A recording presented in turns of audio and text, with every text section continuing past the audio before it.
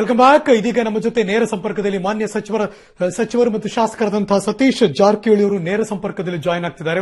Sir ನಮಸ್ಕಾರ. Sir, Ramesh Jarkiholi ಅವರ ಇವತ್ತಿನ ಈ ನಡೆ, ನನ್ನ ಮೊದಲ ಪ್ರಶ್ನೆ, ನಿಮಗೆ ಶಾಕಿಂಗ್ ಅಥವಾ ಎಕ್ಸ್ಪೆಕ್ಟೆಡ್?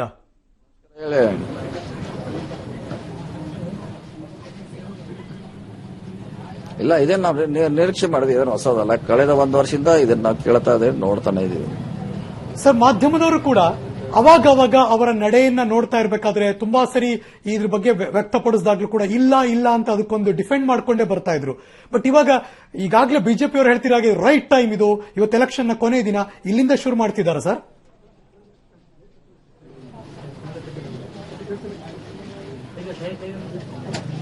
ಗೊತ್ತಿಲ್ಲ, ಅವ್ರು ಹೇಳ್ತಿದ್ದಾರೆ ರಾಜೀನಾಮೆ ಕೊಡ್ತೇವೆ ಅಂತ. ಸುಮಾರು ಡೆಡ್ ಲೈನ್ ಕೊಟ್ರು, ಅವ್ರು ಕೊಡ್ತಾ ಇಲ್ಲ. ಕೊಡೋದು ಬಿಡೋದು ಅವ್ರಿಗೆ ಬಿಟ್ಟ ವಿಚಾರ.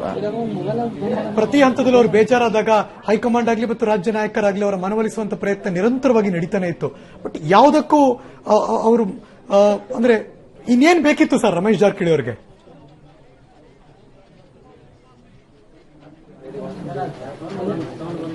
ಗೊತ್ತಿಲ್ಲ, ಅದನ್ನ ಅವ್ರನ್ನೇ ಕೇಳಬೇಕು. ಆದ್ರೆ ಅವ್ರು ಹೇಳ್ದಂಗೆ ನನಗೆ ಮನವೊಲಿಸಂತ ರಾಹುಲ್ ಗಾಂಧಿ ಅವರು, ಜನರಲ್ ಸೆಕ್ರೆಟರಿ ಅವರು, ಸಿದ್ದರಾಮಯ್ಯ ಅವರು, ಗುಂಡ್ರಾ ಅವರು ಸಾಕಷ್ಟು ಸಲ ಅವ್ರನ್ನ ಭೇಟಿ ಆಗ್ಲಿಕ್ಕೆ, ಮಾತಾಡ್ಲಿಕ್ಕೆ ಪ್ರಯತ್ನ ಮಾಡಿ ಕೂಡ ಅವ್ರು ಯಾರ ಕೈಗೆ ಸಿಕ್ಕಿಲ್ಲ. ಈಗ ಅವಾಗ್ಲೇ ನೀವು ಮಾತಾಡ್ತಿರ್ಬೇಕಾದ್ರೆ ಗಮನಿಸ್ತಾ ಇದ್ದೆ ಸರ್, ಎಷ್ಟು ಬೇಗ ನಿರ್ಧಾರ ತೆಗೆದುಕೊಂಡ್ರೆ ಅಷ್ಟು ಬೇಗ ಒಳ್ಳೇದು ಅನ್ನುವ ನಿಟ್ಟಲ್ಲಿ ಮಾತಾಡಿದ್ರಿ ರಮೇಶ್ ಜಾರಕಿಹೊಳಿ ಅವ್ರ ಬಗ್ಗೆ. ಯಾಕೆ ಹಂಗನಿಸ್ತು ಸರ್ ನಿಮಗೆ? ಹೌದು, ಯಾಕಂದ್ರೆ ಕಾರ್ಯಕರ್ತರು ಗೊಂದಲದಿದ್ದಾರೆ. ನಮ್ಮ ಇಡೀ ಗೋಕಾಕ್ ಕಾನ್ಸ್ಟಿಟ್ಯೂನ್ಸಿ ಸಮಸ್ಯೆಲಿದೆ. ಹೋಗಂಗಿದ್ರೆ ಹೋಗ್ಬೇಕು, ಇಲ್ಲ ಇಲ್ಲೇ ಇರ್ತೀವಿ ಅಂದ್ರೆ ಇಲ್ಲೇ ಇರಬೇಕು. ನಮ್ಮ ಸ್ಪಷ್ಟ ನಿರ್ಧಾರ ಹೇಳಬೇಕು. ಅವರು ಎಲ್ಲೋ ಒಂದ್ ಕಡೆ ಅವರು ಒಂದು ಪಕ್ಷದಲ್ಲಿ ಇದ್ದಾರೆ. ಈಗ ಎಂಪಿ ಎಲೆಕ್ಷನ್ ಸಂದರ್ಭದಲ್ಲಿ ನಿಮ್ಮ ಕಡೆನೇ ಇನ್ನೊಂದು ಪಕ್ಷಕ್ಕೆ ಅವರು ಸಪೋರ್ಟ್ ಮಾಡ್ತಿದ್ದಾರೆ. ಹಾಗಾಗಿ ನಿಮಗೆ ಅದು ಥ್ರೆಟ್ ಮುಂಬರುವ ದಿವಸದಲ್ಲಿ. ಹಾಗಾಗಿ ಬೇಗ ಹೋದಷ್ಟು ಒಳ್ಳೇದು ಅನ್ನೋ ಭಾವ ಈಗ ವ್ಯಕ್ತವಾಗ್ತಾ ಇದೆ. ನಿಜಾನ?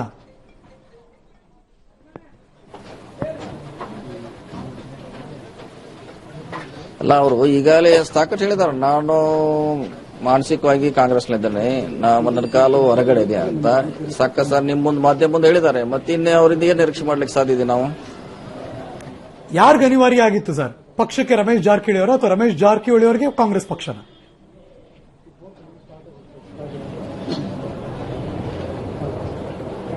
ಇಲ್ಲ, ಪಕ್ಷಕ್ಕೆ ಯಾರು ಅನಿವಾರ್ಯ ಅಲ್ಲ. ರಮೇಶ್ ಜಾರಕಿಹೊಳಿ ಏನಲ್ಲ, ಸತೀಶ್ ಜಾರಕಿಹೊಳಿ ಮತ್ತು ಯಾರು. ಕಾಂಗ್ರೆಸ್ ಬಹಳ ದೊಡ್ಡ ಪಾರ್ಟಿ ಇದೆ. ನಮ್ಮ ಹತ್ರ ಬಹಳ ಚೆನ್ನಾಗಿ ಇದ್ದಾರೆ, ಹೋಗಿದ್ದಾರೆ. ಆದ್ರೂ ಅದು ನಡೀತದೆ.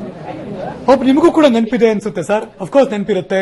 ಹಲವಾರು ತಿಂಗಳುಗಳ ಹಿಂದೆ ಎಲ್ಲ ಒಂದ್ ಕಡೆ ಅಸಮಾಧಾನ ಬಂದಾಗ ಇಬ್ರು ಕೂಡ ಅಸಮಾಧಾನ ಆಗಿದ್ರಿ, ಒಟ್ಟಿಗೆ ನಿಮ್ಮ ಅಸಮಾಧಾನವನ್ನು ವ್ಯಕ್ತಪಡಿಸಿದ್ರಿ.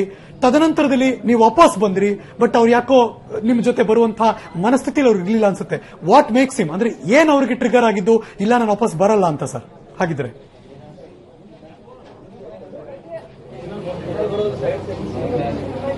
ಅಲ್ಲ, ಗೊತ್ತಿಲ್ಲ. ಕಳೆದ ಸಾರಿ ಮುಖ್ಯಮಂತ್ರಿ ಜೊತೆ ಸಂಧಾನ ಕಾರ್ಯಕ್ರಮ ಮಾಡಿದ್ವಿ, ಯಶಸ್ವಿ ಆಯಿತು. ಎಲ್ಲ ಅವರು ಸಮಸ್ಯೆಗಳನ್ನ ಪರಿಹಾರ ಮಾಡ್ತಿದ್ದು ಒಪ್ಕೊಂಡ್ರು. ಅದಾದ ನಂತರ ಮತ್ತೆ ಭಿನ್ನತೆ ಚಟಿಗೆ ಅವರು ಮುಂದುವರಿಸಿದ್ರು. ಹೀಗಾಗಿ ನಾವು ಬೇರೆ ಆದೆವು. ಅದಕ್ಕೆ ಮೂಲ ಕಾರಣ ಪಕ್ಷನೋ ಅಥವಾ ಅವ್ರಿಗೆ ಇನ್ನೇನೋ ಒಂದು ಪೋಸ್ಟ್ ಬೇಕಿತ್ತು ಅಂತಾನೋ, ಅಥವಾ ಲಕ್ನಾ ಜಾರಕಿಹೊಳಿ ಬಗ್ಗೆನಾ, ಅಥವಾ ಅಂಬಿರಾವ್ ಪಾಟೀಲ್ ಬಗ್ಗೆನಾ?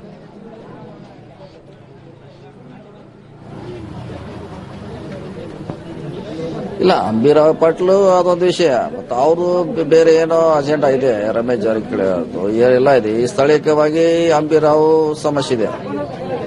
ಯಾವ ತರ ಸರ್?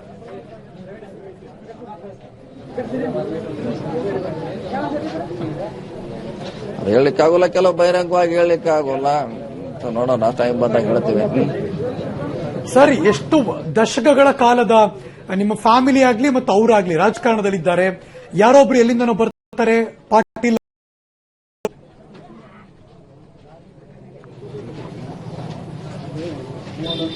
ಆಶ್ಚರ್ಯ. ನೀವು ಎಲ್ಲ ಸ್ವಲ್ಪ ಸ್ಥಳೀಯವಾಗಿ ಬಂದು ಅದ್ರ ಬಗ್ಗೆ ಸ್ಟಡಿ ಮಾಡಿ ಇನ್ನೂ ಹೆಚ್ಚು ಹೊಸ ಅಂಶಗಳ ಹೊರಗೆ ಬರ್ತವೆ. ಹೆಂಗ್ ಸಾಧ್ಯ ಆಯ್ತದು? ರಮೇಶ್ ಜಾರಕಿಹೊಳಿ ಅವರು ಬೇಕು ಅಂತಾನೆ ಬಿಟ್ರ ಅಥವಾ ಅವರು ಅದನ್ನು ಓವರ್ ರೂಲ್ ಮಾಡಿ ಹಿಡಿತಕ್ಕಿಟ್ಕೊಂಡಿದ್ದಾರೆ? ಹೆಂಗೆ ಸರ್ ಅದು?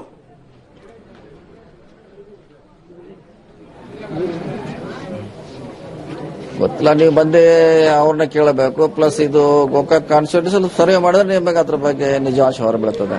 ಇದು ಹೊಸದಲ್ಲ, ನಿಮ್ ಗಮನಕ್ಕೂ ಕೂಡ ಯಾವಾಗಲೂ ಬಂದಿದೆ. ಇದು ರಾಜ್ಯ ನಾಯಕರ ಗಮನಕ್ಕೂ ಕೂಡ ಬಂದಿದ್ಯಾ? ಇದ್ರ ಬಗ್ಗೆ ರಾಜ್ಯದ ಮಾತೆತ್ತಿದ ರಮೇಶ್ ಜಾರಕಿಹೊಳಿ ಅವರು ಸಿದ್ದರಾಮಯ್ಯನವರು ನಮ್ಮ ನಾಯಕರು ಅಂತಾರೆ. ಸಿದ್ದರಾಮಯ್ಯನವರು ಇದ್ರ ಗಮನ ಹರಿಸ್ತಿಲ್ವ ಸರ್ ಹಾಗಿದ್ರೆ?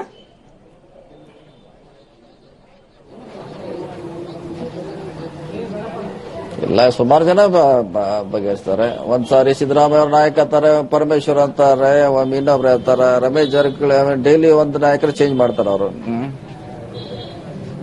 ನೀವು ಕೆಡಿಪಿ ಸಭೆ ಬಗ್ಗೆ ಮಾತಾಡ್ತಿದ್ದೀರಿ, 20 ವರ್ಷಗಳಿಂದ ಸಭೆನೇ ಮಾಡಿಲ್ಲ ಅಂತ. ಬಟ್ ಅದೆಲ್ಲೂ ಕೂಡ ಜನ ಗಮನಿಸಿಲ್ಲ ಅನ್ಸುತ್ತೆ. ಬಿಕಾಸ್ ಹಂಗ್ ಸಭೆ ಮಾಡಲಿಲ್ಲ ಅಂದ್ರೆ ಯಾವತ್ತೋ ಸೋಲ್ಸ್ಬಿಡ್ಬೇಕಾಗಿತ್ತು. ಅದನ್ನ ಮೀರಿದ ಬೇರೆ ಬೆಳವಣಿಗೆ ಜನ ನೋಡ್ತಿದ್ದಾರೆ ಸರ್ ಆ ಭಾಗದಲ್ಲಿ.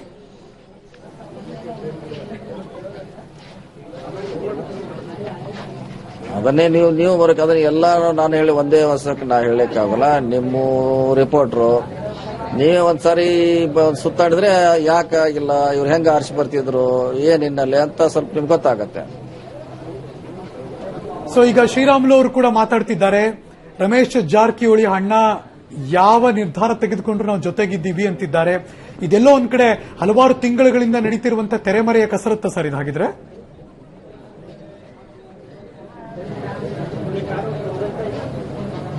ಹೌದು, ಸುಮಾರು 1 ವರ್ಷದಿಂದ ನಡೀತಾನೆ ಇದೆ ಹೊಸದೆಲ್ಲ. ಸೊ ಆ ಭಾಗದಲ್ಲಿ ಅಂಬಿರಾವ್ ಪಾಟೀಲ್ ಅವರ ಹಿಡಿತ್ವ ಯಾವ ಮಟ್ಟದಲ್ಲಿದೆ ಅಂತ ನೀವು ಮಾತಾಡ್ತಿದ್ದು ಕೇಳಿಸ್ಕೊತಿದ್ದೆ ಸರ್ ನನ್ನ ಕೊಲೀಗ್ ದಿಲೀಪ್ ಜೊತೆ. ಒಂದ್ ರೀತಿ ಜಾರಕಿಹೊಳಿ ಅಂಬಿರಾವ್ನಿಂದ ಅವಮಾನ ಸಹಿಸಿಕೊಂಡು ಇವತ್ತು ನಾವು ಇಲ್ಲಿವರೆಗೆ 10 ವರ್ಷ ಕಾಲ ಕಳೆದಿದ್ವಿ. ಇನ್ನು ಅದನ್ನ ಮುಗಿಸುವಂತ ಕಾಲ ಬಂದಿದೆ ಅಷ್ಟೇ. ಒಟ್ಟೊಟ್ಟಿಗೆ ಹೆಜ್ಜೆ ಹಾಕಿದವರು ಸರ್ ನೀವು. ಸೊ ಸಹೋದರ ಜೊತೆ ಯಾವತ್ತೂ ಇದ್ರ ಬಗ್ಗೆ ಮಾತಾಡೋ ಪ್ರಯತ್ನ ಮಾಡ್ಲಿಲ್ವಾ ಸರ್?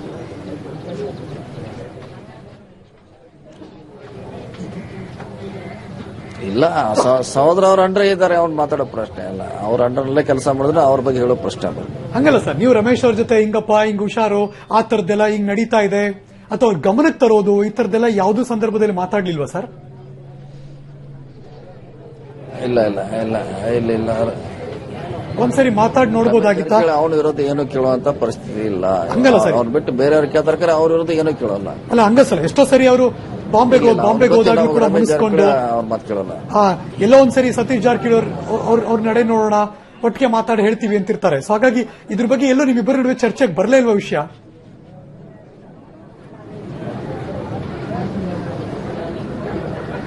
ಇಲ್ಲ, ಯಾವಾಗ ಬಂದಿಲ್ಲ. ಮತ್ತೆ ಅವ್ರ ವಿರುದ್ಧ ಏನೋ ಹೇಳಿದ್ರೆ ಕೇಳುವಂತ ಪರಿಸ್ಥಿತಿಯಲ್ಲಿ ರಮೇಶ್ ಅವ್ರು ಇಲ್ಲವೇ ಇಲ್ಲ. ಒಂದು 6 ತಿಂಗಳ ಮುಂಚೆ ಬೆಳಗಾವಿ ಭಾಗದಲ್ಲಿ ಬ್ಯಾಂಕ್ ಎಲೆಕ್ಷನ್ ಸಂದರ್ಭದಲ್ಲಿ ಲಕ್ಷ್ಮೀ ಹೆಬ್ಬಾಳ್ಕರ್ ಇನ್ನೊಂದು ಕಡೆ, ಡಿಕೆ ಶಿವಕುಮಾರ್ ಮಗದೊಂದು ಕಡೆ, ನೀವಿಬ್ಬರು ಕೂಡಿನೇ ಡಿಕೆ ಶಿವಕುಮಾರ್ ಅವರ ಮೂಗ್ ತೋರಿಸಿದ್ದಾರೆ ಈ ಭಾಗದಲ್ಲಿ ಅನ್ನೋದನ್ನು ಕೂಡ ಡಿಫೆಂಡ್ ಮಾಡಿದ್ರಿ. ಬಟ್ ಎಲ್ಲೊಂದ್ ಕಡೆ ಅವಾಗ ಜೊತೆಗಿದ್ರಿ. ಇವಾಗ ಸಡನ್ ಆಗಿ ಇದು ಈ ಮಟ್ಟಕ್ಕೆ ರೆಬಲ್ ಆಗೋ ಕಾರಣ ಏನು ಸರ್ ಹಾಗಿದ್ರೆ?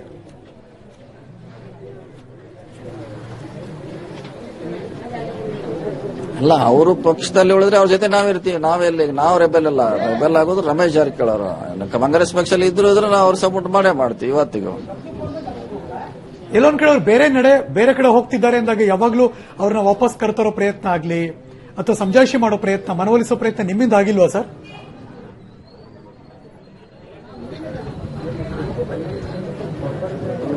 ಇಲ್ಲ, ನಮ್ಮಿಂದ ಆಗಿದ್ದು, ನಮ್ಮ ರಾಜ್ಯ ನಾಯಕರಿಂದ ಆಗಿದೆ, ರಾಷ್ಟ್ರ ನಾಯಕರು ಕೂಡ ಆಗಿದೆ. ಅದು ಮುಗಿದೋದ ಅಧ್ಯಾಯ. ಸೊ ಮುಂಬೈಗೆ ರೆಸಾರ್ಟ್ ರಾಜಕಾರಣ ಮಾಡಿದಾಗ ಕೂಡ ಅಂಬಿರಾವ್ ಪಾಟೀಲೇ ಇದು ನೇತೃತ್ವ ವಹಿಸಿದ್ರು ಅಂತಾರೆ, ಹೌದಾ ಸರ್?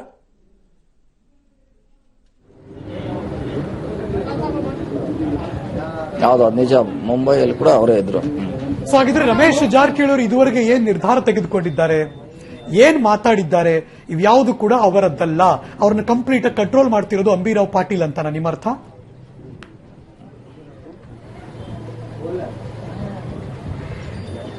ಹೌದು, 100% ಹೌದು. ಸೊ ಹಾಗಿದ್ರೆ ಬಳ್ಳಾರಿ ಭಾಗದ ಶಾಸಕರುಗಳು ಯಾರಿದ್ದಾರೆ ಅವರೆಲ್ಲರೂ ಕೂಡ ಪಾಟೀಲ್ ಅವರ ಹಿಡಿತದಲ್ಲೇ ಇದ್ದಾರೆ. ಸೊ ರಮೇಶ್ ಜಾರಕಿಹೊಳಿ ಅವರ ಗ್ರೂಪ್ನಲ್ಲೇ ಇದ್ದಾರೆ. ಈಗ ಒಬ್ರು ಆಚೆಗೆ ಹೋದ್ಮೇಲೆ ಇನ್ನೆಲ್ಲರೂ ಕೂಡ ಒಬ್ಬರಿಂದ ಒಬ್ರು ಹೋಗ್ತಾರೆ. ಆವಾಗ ಥ್ರೆಟ್ ಇದೆ ಸಮ್ಮಿಶ್ರ ಸರ್ಕಾರಕ್ಕೆ ಅನ್ನುವ ಮಾತು ಕೇಳಿ ಬರ್ತಾ ಇದೆ, ನಿಜಾನ?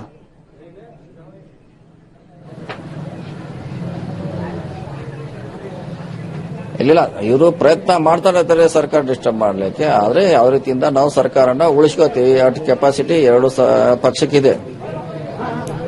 ರಮೇಶ್ ಜಾರಕಿಹೊಳಿ ಅವರ ಆಟ ಏನು ನಡೆಯಲ್ಲ ಹಾಗಿದ್ರೆ, ಹೋದ್ರೆ ಅವರೊಬ್ಬರೇ ಹೋಗ್ಬೇಕು ಅಂತನಾ ಸರ್?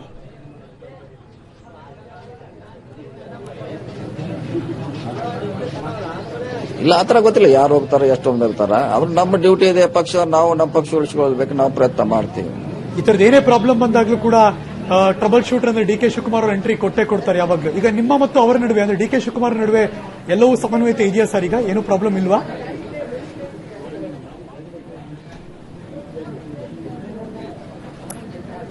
ಇಲ್ಲ, ಆ ಸಂದರ್ಭದಲ್ಲಿ ಬಂದಿತ್ತು ಡಿ.ಪಿ.ಎಲ್.ಡಿ ಬ್ಯಾಂಕ್ ಹತ್ರ, ಅದಾದ್ರೆ ಎಲ್ಲ ಸುಮೂತ್ ಆಗಿದೆ, ಅದು ಪ್ರಶ್ನೆ ಇಲ್ಲ. ಈಗ ಸರ್, ಈಗ ಬಿಜೆಪಿಯ ಎಲ್ಲ ಶಾಸಕರು ಕುಮಾರ್ ಬಂಗಾರಪ್ಪನವರಿಂದ ಹಿಡಿದು ಶ್ರೀರಾಮುಲು ಅವರಿಂದ ಹಿಡಿದು ಎಲ್ಲ ಯಡಿಯೂರಪ್ಪನವ್ರನ್ನ ಆದಿಯಾಗಿ ಎಲ್ಲರೂ ಕೂಡ ಮಾತಾಡ್ತಿರೋದೇನಪ್ಪಾ ಅಂದ್ರೆ ನಿರಂತರವಾಗಿ ಈ ಪ್ರೋಸೆಸ್ ನಡೀತಾನೆ ಇತ್ತು.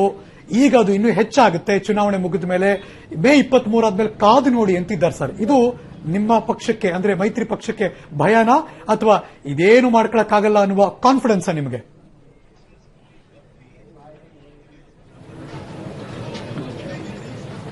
ಕಾನ್ಫಿಡೆನ್ಸ್ ಇದೆ, ಏನು ಮಾಡ್ಲಿಕ್ಕಾಗಲ್ಲ. ಈಗ ಒಂದು ವರ್ಷದಿಂದ ಅವ್ರ ಪ್ರಯತ್ನ ಮಾಡಿದ್ದಾರೆ, ಇದೇನು 3-4 ಸರಿ ಅಟೆಂಪ್ಟ್ ಮಾಡಿದ್ದಾರೆ.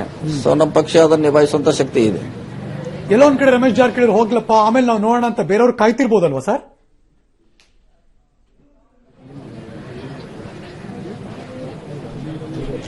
ಇಲ್ಲ, ಅದ್ರ ಬಗ್ಗೆ ನನಗೆ ಮಾಹಿತಿ ಇಲ್ಲ. ಕಾಂಗ್ರೆಸ್ನವರೇ 20 ಜನ ಶಾಸಕರು ಮತ್ತು ಮೈತ್ರಿ ಸರ್ಕಾರದಲ್ಲಿ 20 ಜನ ಮುಖ್ಯಮಂತ್ರಿಗಳ ಮತ್ತು ಸರ್ಕಾರದ ಮೇಲೆ ಮುನಿಸಿಕೊಂಡಿದ್ದಾರೆ ಅಥವಾ ಅಸಮಾಧಾನಿತರಿದ್ದಾರೆ.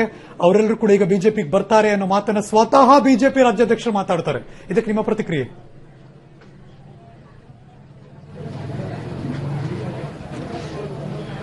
ಇಲ್ಲ, ಇದು ಫಸ್ಟ್ ಟೈಮ್ ಏನಲ್ಲ, ಈ ತರ ಹೇಳೋದು ಬಿಜೆಪಿ ಅವರು ಫಸ್ಟ್ ಟೈಮ್ ಅಲ್ಲ, ಬಹಳ ಸಲ ಹೇಳಿದ್ದಾರೆ. ಅದಕ್ಕಾಗಿ ಈಗ ಅದಕ್ಕೆ ಮಹತ್ವ ಇಲ್ಲ.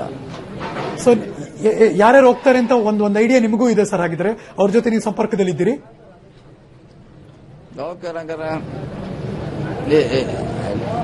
ಸರ್, ಅದು ನಮ್ಮ ಪಕ್ಷದ ಗೊತ್ತಿದೆ ಯಾರು ಹೋಗ್ತಾರೆ ಯಾರಿಲ್ಲ ಅಂತ. ಅವ್ರು ನಿರಂತರವಾಗಿ ಸಂಪರ್ಕದಲ್ಲಿ ಇರ್ತಾರೆ. ಅಸಮಾಧಾನ ಇದ್ದಾಗ ಲಕ್ಷ್ಮೀ ಹೆಬ್ಬಾಳ್ಕರ್ ಬಗ್ಗೆ ರಮೇಶ್ ಜಾರಕಿಹೊಳಿ ಅವರು ಮಾತಾಡಿದ್ರು, ನಿಮ್ಗೆ ನೆನಪಿದೆ ಅನ್ಸುತ್ತೆ. ಲಕ್ಷ್ಮೀ ಹೆಬ್ಬಾಳ್ಕರ್ ಬೇಕಾದ್ರೆ ಪಕ್ಷ ಬಿಟ್ಟು ಹೋದ್ರು ಹೋಗ್ಲಿ ಅನ್ನೋ ಮಾತನ್ನು ಕೂಡ ಆಡಿದ್ರು. ಇವಾಗ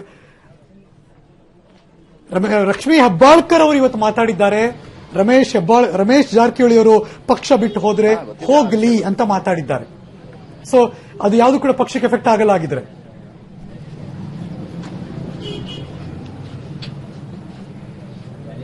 ಅಲ್ಲ, ಮತ್ತೆ ಈಗ ಹೋಗೋರು ನಾವು ಏನ್ ಮಾಡ್ಲಿಕ್ಕಾದ್ರೆ, ರಮೇಶ್ ಜಾರಕಿಹೊಳಿ ಹೋಗ್ತಂದ ಮ್ಯಾಗ ನಾವೇನು ಹಿಡಿಲಿಕ್ಕಾದ್ರೆ ನಾವು ಇವತ್ತಿಗೂ ಇರ್ಲಿಕ್ಕೆ ಹೇಳ್ತಾ ಇದೀವಿ. ಮತ್ತೆ ಅವನವ್ರು ನಾವೇನ್ ಮಾಡಿದ್ರೆ ಇನ್ನು ಏನ್ ಬೇಕು ಸರ್ ಆಗಿದ್ರೆ ರಮೇಶ್ ಜಾರಕಿಹೊಳಿ ಅವರಿಗೆ? ವಾಟ್ ಅಂದ್ರೆ ಅವ್ರಿಗೆ ಯಾಕೆ ಬೇಕು, ಏನ್ ಬೇಕು ಅವ್ರಿಗೆ? ನೀವು ಕೇಳಬೇಕ್ರ, ಅವ್ನು ನೀವು ಕೇಳಬೇಕ್ರಿ, ಏನ್ ಬೇಕಾಗಿದೆ, ಏನ್ ಅಸಮಾಧಾನ ಇದೆ, ಏನ್ ಕಳ್ಕೊಂಡಿದಾರೆ ನೀವು ಕೇಳಬೇಕಂತ. ಅಲ್ರಿ ಸರ್, ಅಂದ್ರೆ ಅವ್ರಿಗೆ ಇನ್ಯಾವ ಹುದ್ದೆ ಬೇಕು, ಏನೋ ಒಂದು ಹುದ್ದೆಗೋಸ್ಕರ ಇದು ಬೇಕು ನಂಗೆ ಡಿಮ್ಯಾಂಡ್ ಇರ್ತಾರಲ್ಲ ಸರ್. ಹಾಗಾಗಿ ಎಲ್ಲೋ ಒಂದ್ ಕಡೆ ಮಧ್ಯ ಮಾತು ಕೇಳಿ ಬಂದಿತ್ತು, ಉಪಮುಖ್ಯಮಂತ್ರಿ ಆಗ್ತಾರ ಅವರು ಅಂತ ಮಾತು ಕೇಳಿ ಬಂದಿತ್ತು, ಅಥವಾ ಅವ್ರನ್ನ ಮೀರಿದ ಇನ್ಯಾವುದೋ ಪೋಸ್ಟ್ ಬೇಕು ಅಂತ ಡಿಮ್ಯಾಂಡ್ ಇಟ್ರ ಅವರು.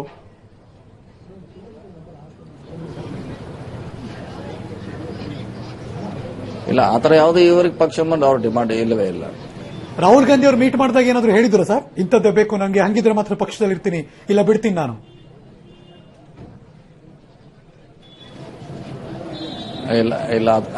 ಇಲ್ಲ, ಅದ್ರ ಬಗ್ಗೆ ನನಗೇನು ಐಡಿಯಾ ಇಲ್ಲ.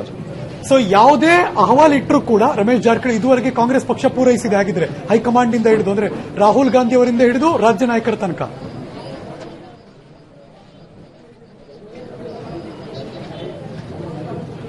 ಓಕೆ, ಎಲ್ಲ ಅವ್ರು ಹೇಳಿದಂತ ಮಾತನ್ನು ಕೇಳಿದಾರೆ, ಎಲ್ಲರೂ ಕೇಳಿದ್ದಾರೆ. Right sir, thank you sir. Public TV ಜೊತೆ ಮಾತಾಡಿದಕ್ಕೆ ಮಾನ್ಯ ಸಚಿವರು ಶ್ರೀ ಸತೀಶ್ ಜಾರಕಿಹೊಳಿ ಅವರು.